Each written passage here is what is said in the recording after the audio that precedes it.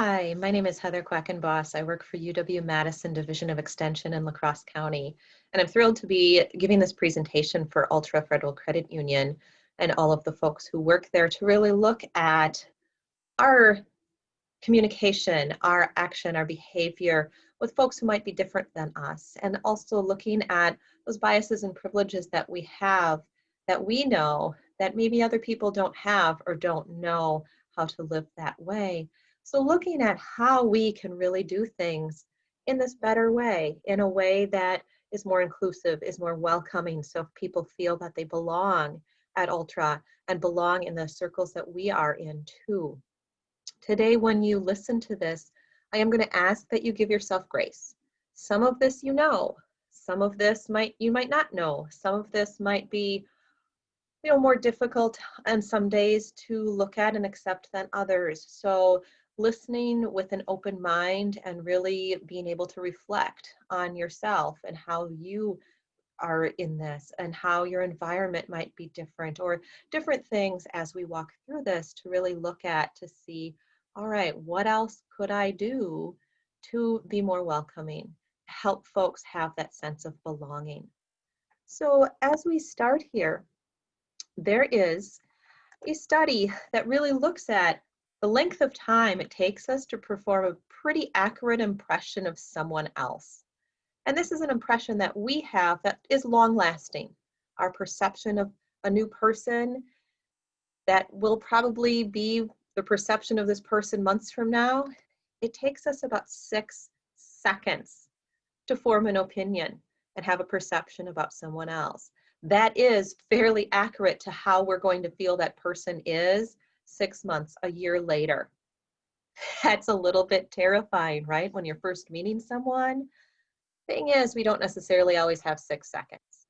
There is something called bias that all of us have in good and challenging ways. For instance, I am biased towards peanut butter chocolate ice cream. 9 times out of 10, if I go to an ice cream store, this is what I'm going to get. I am biased toward it. It helps me make that decision when I'm at the ice cream store. It helps the line move faster. So if there are people behind me, they enjoy that I know what I want. If we don't have that bias, it's going to take us longer to choose, right? One of my kids will always read the entire list of ice cream, will look at all of the ice creams, does not have that bias for ice cream yet. So honestly, we are taking in about 11,000 pieces of information into our brains every second. We need this bias so we can focus, so we can be productive, so we can get jobs done. That bias can also stop us sometimes. For instance, if I say the word pilot, what does an airline pilot look like to you? Get that image in your head. What if your pilot looked like this pilot, an African-American woman? Our first thought was our first thought. And here, when you see something different, that's where it's going to start making a difference in our brains and how we actually behave. Our first thought is just from our education, from our experience, from how we live. That second, when you see what reality might really be, then sometimes that will get into conflict with each other. Let's try another. If I say surgeon, what is your surgeon looking like in your head right now? Does your surgeon use a wheelchair? Often we have those thoughts in our head, right? That might not be what we actually experience. So those first thoughts can help us, and those first thoughts can get us stuck in one mindset. And when we are encountering something different than that, we might have to step back, or we might have to say, oh, yeah, of course. We also, our biases can give us first impressions. So here is this woman in the picture, and most of us are going to look at this woman and we're going to have some opinions. We might have some judgments. We might have some different impressions. How about the woman in this picture? You probably have some impressions of her too, possibly some judgments, Possibly, would I go up and talk to her? Would I ask her for help? Would I walk to the other side of the street? All of those things, just because of some of those biases that we have in our heads that cause us to act or react or respond in different ways. Now, here's the deal. All of us, this rhinoceros is painting these beautiful landscapes, right? All of us have that rhinoceros's horn. We all have our own perceptions that stem from our education, our experience, growing up, how we learned, what we learned. All of those things help shape who we are. And all of those things give us some bias, either in what we know and think is normal or average for everyone else, or this is my lens. This is how I see things. What's important here is to realize that everyone's rhinoceros horn is different, and that we sometimes have a hard time seeing other people's perspectives. And that's going to be very important as we look at how to be more inclusive, how to embrace diversity, how to make sure that folks feel that they belong in our lives or in our business, in our organizations. So, thing is, when we look at perspective and bias, we only know what we know. We have no idea what we don't know. When I was growing up, this was the lettuce we bought, iceberg lettuce. I remember going to the store, we drove into the store, we lived out in the country, and we had to, get everything we needed for that week, preferably two. And iceberg lettuce was the lettuce that we used for everything. Sandwiches, salads, tacos, anything that needed lettuce, it was iceberg. I even remember my mom teaching me that you wanted to get the heavier one because that was better lettuce. It had more in it. Honestly, folks, it took me much longer than I care to admit to realize that there are all of these other kinds of lettuces out there. There's romaine and arugula and all of these lovely things that have different tastes and crunches and textures and could be used for different things. I had no idea that there were all of the lettuces. I thought there was only one. And honestly, that's what we do with a lot of things. We don't know what's out there until we experience it or get introduced to it. And sometimes that gets hard. Arugula, that sounds just terrible. Why would I want to try that? And until we have that experience or that opportunity, we don't necessarily see that there's other things out there. Now, this also can lead to our confirmation bias. We all have this confirmation bias where we want to be right. And what we know is what we want to have be right. So what we see is that little blue spot in the middle of these two circles. And there's all kinds of things that confirm our beliefs. And there's all kinds of objective facts. And if those two things meet, well, obviously this is right. So this might get us into trouble, right? Especially when it comes to being able to go up and look anything up online or on Google or using Siri. So I might say, oh my goodness, Google, I have kind of an itchy throat today, and I'm going to type that in, I'm going to see what pops up, and inevitably, when I go online and see what might pop up for a small medical condition, I'm going to find out that I have cancer. And I'll find one thing on the internet that says that, and that's what I might grab onto. And if I go through and look at that, and that's confirming my belief, and anything else I'm going to forget about, I might not just realize I have allergies and this is what's going on. So sometimes what confirms our belief in those objective facts gets us stuck. So let's just try this out. Just think about these next statements and think about if you agree with this or not. I feel comfortable walking down a street alone. How about at night? I can hold hands with my significant other with no questions asked or no funny looks.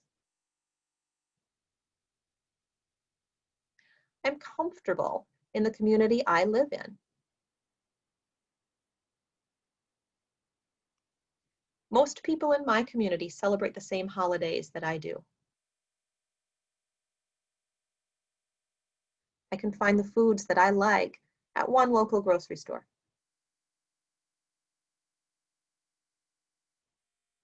When I watch television, the people on the shows look like me.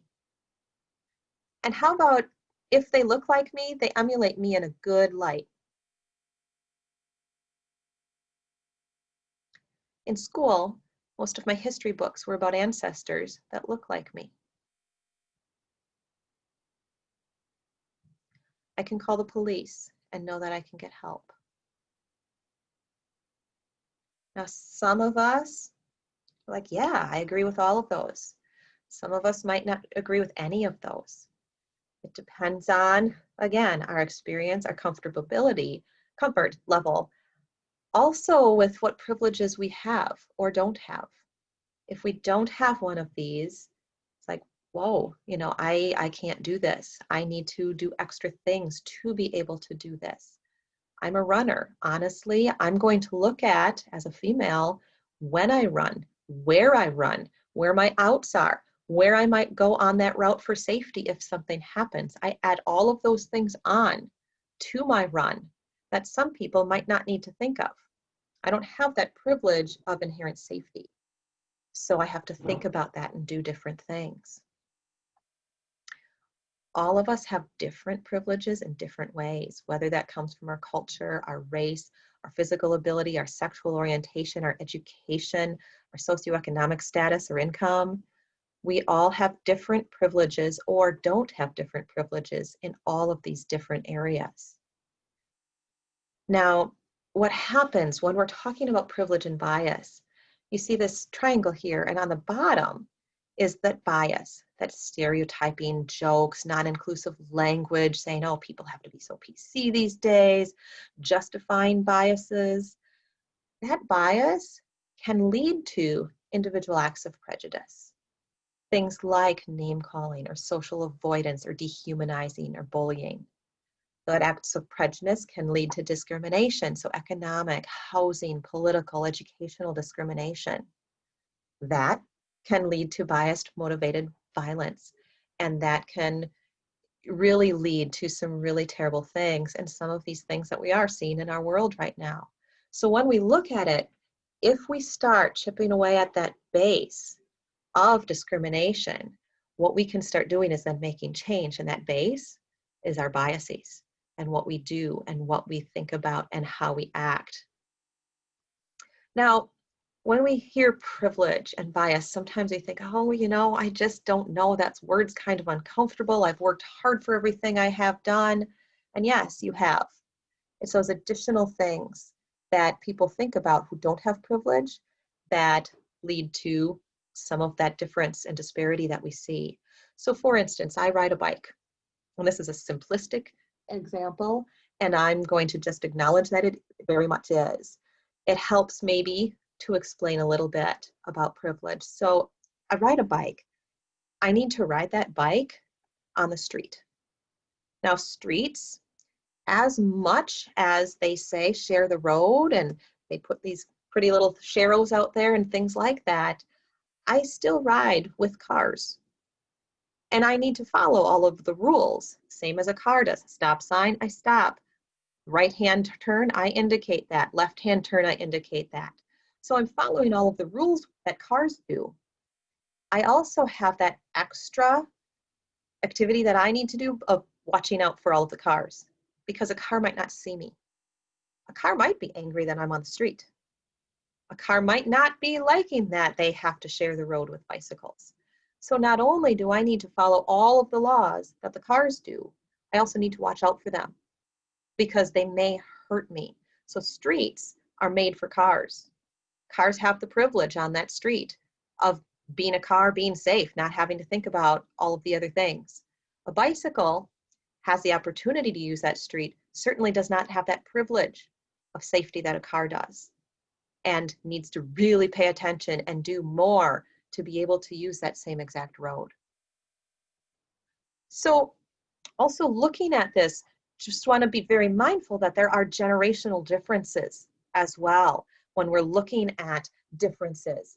Folks born in that greatest generation, that silent generation, mostly before 1946, very much trusted systems, trusted governments, said, oh, we need to make sure we do this. Okay, we will do this. We need to make sure that we conserve supplies and ration. We will do that. very used to saving and following whatever advice or directions were put out. Now, once you get to the baby boomers and after, that trust in systems really starts to go down.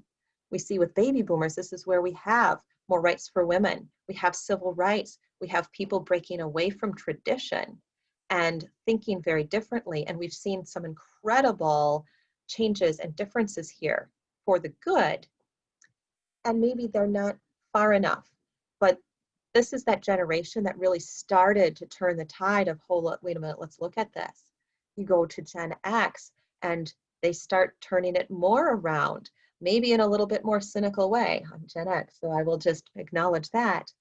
And then once you get to those millennials, a lot more social justice oriented, trying to say, okay, how can we do this? How can I make a difference? And then Generation Z too, really looking at, hold on, I want to make a difference. And I maybe want to just buck the tradition. So seeing those generational differences, we can look at maybe their preference when making financial decisions on the bottom. Some of those are really going to take into account how we interact with folks, with more online banking, with more online decision-making abilities. You know, maybe there are folks who enjoy that, that's what they want. There also might be more folks who want to do face-to-face or still do the old paper method. So knowing these really helps us be more inclusive and welcoming to all of those folks that we do work with.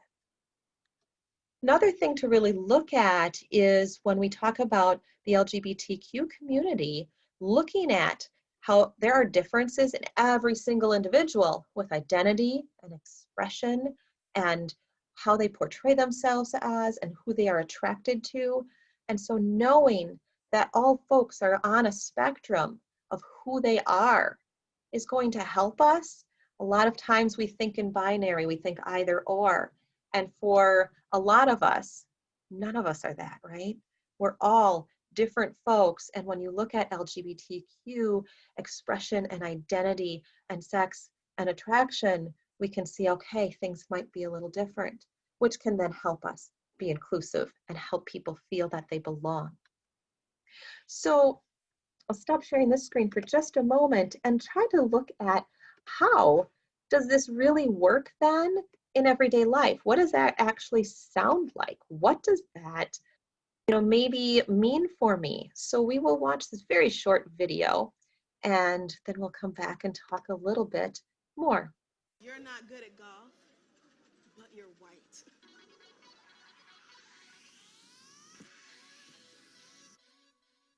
People of color have to deal with racial microaggressions every single day. So microaggressions are those little unintentional insults that basically see people of color as stereotypes, which got me thinking, what if white people had to deal with racial microaggressions? So, where are you from?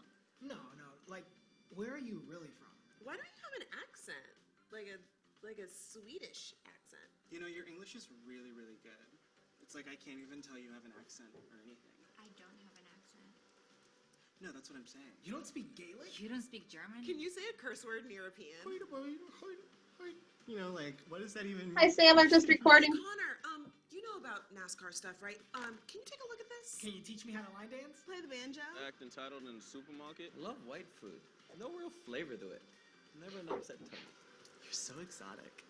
How do you get your hair like that? I love how it's so limp. Ew, why does it feel like that? Oh my god, so it just does that? No, you are really pretty for a white girl. Your eyes are so round, like this. You know who you look like? Kenny Chesney. Zach Braff. Emma Stone. Rachel Maddow. My friend Chad. Maybe you know him, because he's white too. No, Emma Watson. Not Macklemore. What's the other guy? No, is it Emma Thompson? It's C-H-A-D, like Chad. One of the Emmas. You look like an Emma. You know who you look like? I bet you hear this all the time. Jeffrey Dahmer. How does it feel to be the token white guy in the office? Hey, Connor, can we get a white perspective on this? I love everything about white culture. You guys are like so fun. What do you mean you don't listen to Creed? You're white. You've never tried meth. But you're white. You don't act like a normal white person. You're not really white, though. You're not really white. I'm whiter than you are. So, did all your ancestors own slaves? No, but of course he wishes that he could still own slaves. That's a part of his culture. Bryce, back me up on this one. The thing you have to understand about white culture I is went that to white an people historically white college, so I know about but I white culture. backpacked in Europe. So can you see how ridiculous this was? I know. story of my life. If you've ever experienced microaggressions because of your race, gender, sexuality, or body type, go ahead and vent about it in the comments. Can you teach me how to take a really popular rap song and make it a ukulele song? It's so cool. I think it's so cool how you guys do that. Okay, so you've also just found out one of my benefits of working at home too, right? Because I have other folks in the house doing different things. So thank you for that, Grace, too. So we can see with microaggressions, when it's opposite, it's just a little bit different, isn't it? It feels different, it sounds different, it's almost ridiculous when we see it happening the opposite way. And these microaggressions are actually some of those things that people of color, our Black, our Indigenous, our people of color, our neighbors of color have every day. Some of those little things. And while one might not be, oh, that was no big deal, the intent is often not there. The impact is. And so to know that and acknowledge that and think about what we say and do is going to be important. So just to pause to think about, all right, all of those things that I just heard about and talked about and thought about, where does that resonate with me? What fits? What might be a question I have? What are some of those things I can reflect on? How do I see myself doing some of this? And honestly, when we're looking at bias and privilege and differences and how we treat people, we all make mistakes every day. I say things, I'm like, I don't believe that came out of my mouth. We, maybe ask a question that we realize, wow, that was maybe kind of dumb. Thing is, it's good to reflect on that. It's good to say, all right, here's what I did. How did I do that? Why did I do that? What could I change with that? So that self-reflection, honestly, is something that we can do every day to look at, all right, here's how maybe I could be more inclusive. Here's how I wasn't inclusive. To acknowledge that is a great start to looking at our biases and creating a different way to do things. So when we think of what a racist is, we often think of, maybe the KKK or neo-Nazi groups. We think of folks portraying certain symbols to represent that, I might be thinking this way. We think if we're old enough, we remember the show All in the Family and Archie Bunker and how he did not like anybody. And he was very judgmental for all people. We often think of racism and racist as individual acts that were intentional or done on purpose. Not always the case. See, we all want to look like good people. All of us want to put out that positive, bright, shiny side of us. And so what we want to say is, I'm not racist, or I don't do racism, or I don't believe in it. I love all people. And when we're saying that, we're trying to say, I'm a good person. And we are, and we all have flaws. We all have vulnerability. We all make mistakes. And so acknowledging that and looking at, how do I contribute to things? How do I maybe stop something from being inclusive? How do I ignore diversity is going to be important. Instead of the typical focus on how racism hurts people of color, to start examining how being white and how racism actually elevates folks who are white is going to be important, of how our system might help some people and hurt others. And not because that system was broken, but that system was actually built on some ways to keep the people who had the privilege in power and to stop folks who maybe didn't have that privilege in any kind of way from getting some of that power. So some different things, some based on fear, some based on, tradition that maybe doesn't make sense or doesn't make sense anymore. So in looking at also race, when we say, I don't see race. Now, my grandmother did this a lot. She passed away at 97, and in the last couple of years, I helped with some of the caregiving, and she really, anytime she encountered a doctor who was Black, Indigenous, or a doc of color, She would, I don't care what you are. And she gave this whole spiel. And in all honesty, it was hard from my generation to see that from her generation, and knowing that that's what she had learned was, I'm going to treat everyone the same. And when we say that today, what that sounds like to folks of color is, hey, I'm going to use my place of privilege to refute and deny anything that you see that you say might be a microaggression or racist, because I'm uncomfortable with that privilege that I might have that you don't, and that sometimes erases their personal and cultural history. So to see race is going to be important, particularly if we are white, is to acknowledge, hey, here's our differences, here's our similarities, and to know that so we can learn, how does this person like to be treated? So that golden rule turns more into that platinum rule, rather than treat others how you want to treat yourself, treat others as they want to be treated. And what can happen when we are kind of stuck there and we're like, I don't want to do that, is something that Robin DiAngelo puts out called white fragility, where we get nervous if we are white with talk about race, with talk about bias and privileges and differences. And so we halt those conversations. And when we halt everything, nothing changes, because we have to get uncomfortable to make change. I play the piano. Anytime I first get a song, I don't sound very good. I have to practice that. And it's uncomfortable to practice that because it does not sound very good. And eventually, as I practice that, I get better at it. It's the same thing when we're looking at having difficult conversations about race or privilege or bias. We're going to be uncomfortable to talk about it and to move forward.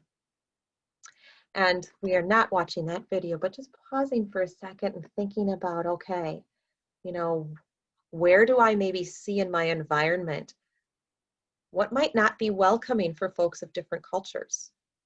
What do I maybe see in some of my policies in my workplace or in the places I volunteer with or in different places I'm associated with? What are some of those policies that might be halting some folks from doing or being welcomed? And how about in our systems? Where are some of those things that we see an entire system maybe halting people from moving onward, from doing things differently, or from being accepted or welcomed? How to start moving in a different direction is to really have that brave space. Now, we've heard of safe spaces where, oh, anything you say is going to be okay, and you can say that here. And sometimes what happens in that safe space is, as soon as something uncomfortable comes up, people are like, oh, I'm uncomfortable. We're just going to stop. We're not going to go there.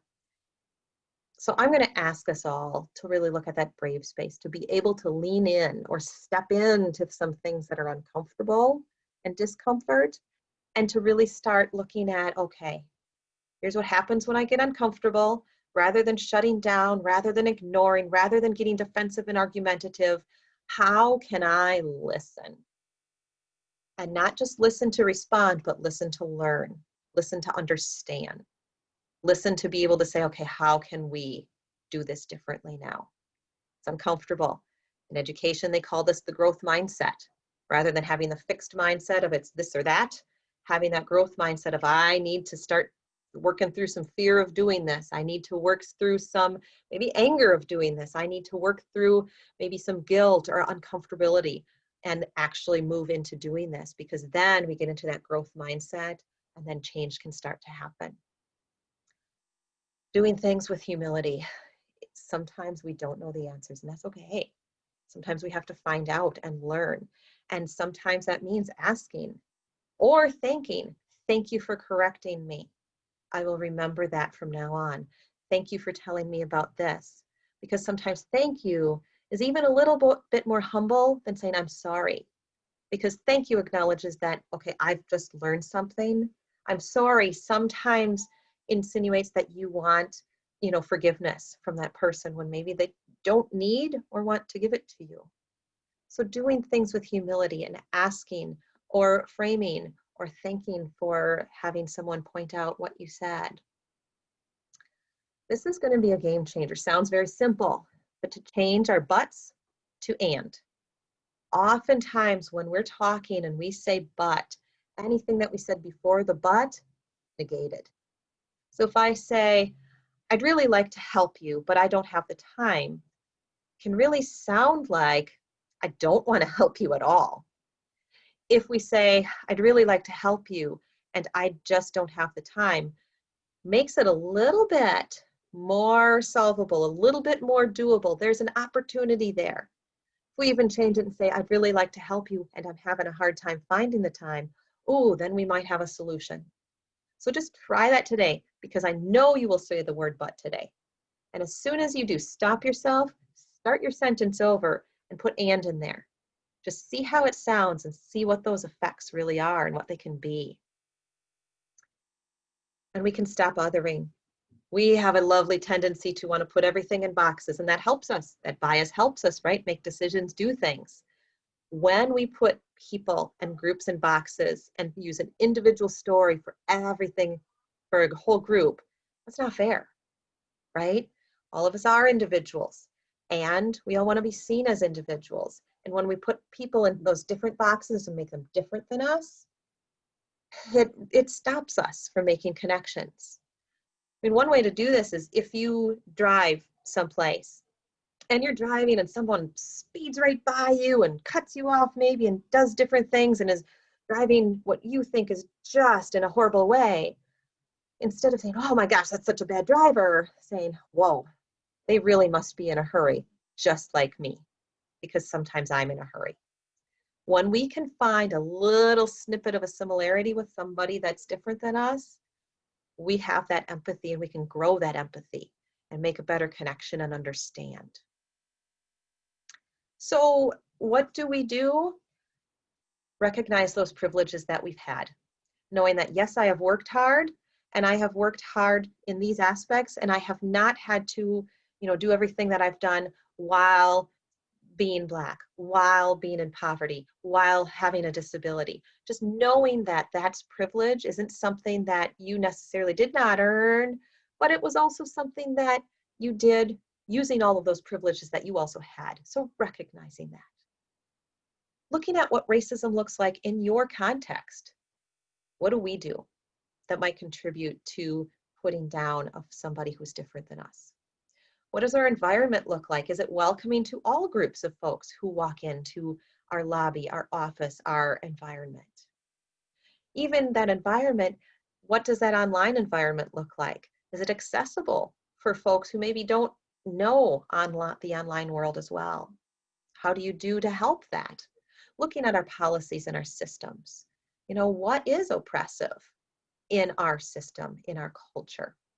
And then finally, to honor other people's experiences, to really listen to what people have experienced and what they've gone through and how they feel and what they maybe want or need if they're willing to provide that, to just listen, because everyone's experience is their truth. And we might try to get defensive and do different things, and really to honor that is going to help them feel more welcome, help us be more inclusive and welcoming. I want to thank you for today. I want to thank you for listening, for thinking about how this fits in your world, in your role, in your environment, and look at what can I do to make those changes individually? What can I do maybe to look at some policies that maybe we could change or update or make sure are welcoming policies to help all the folks who want to come to our place? And what can we do with our systems in trying to help folks, do what they need and want to do? And then our environments, what do those look like? How can we make those more welcoming? So thank you for this. Take some time today, give yourself grace today. Some of this might hit you later of, oh my goodness, I do this, or wow, I never thought of that before, and maybe my brain has to really sometimes process that. And if you have any questions, I'd be happy to help out or facilitate those discussions that might be a little difficult, where we might want to create some change. So thank you. for doing what you do, and thank you for being willing to really go and have those difficult conversations and make good change.